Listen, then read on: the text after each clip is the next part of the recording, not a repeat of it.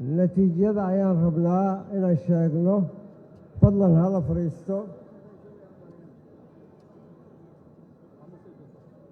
saadaq cabdulaahi cabdi wuxuu helay 5. cabdishiid maxamed xidig wuxuu helay 6.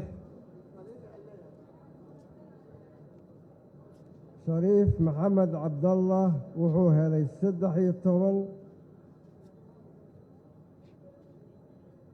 aadan saransoor wuxuu helay 23.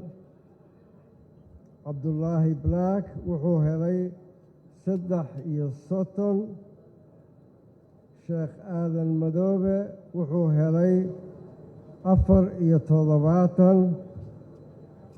xasan cabdinuur wuxuu helay 98.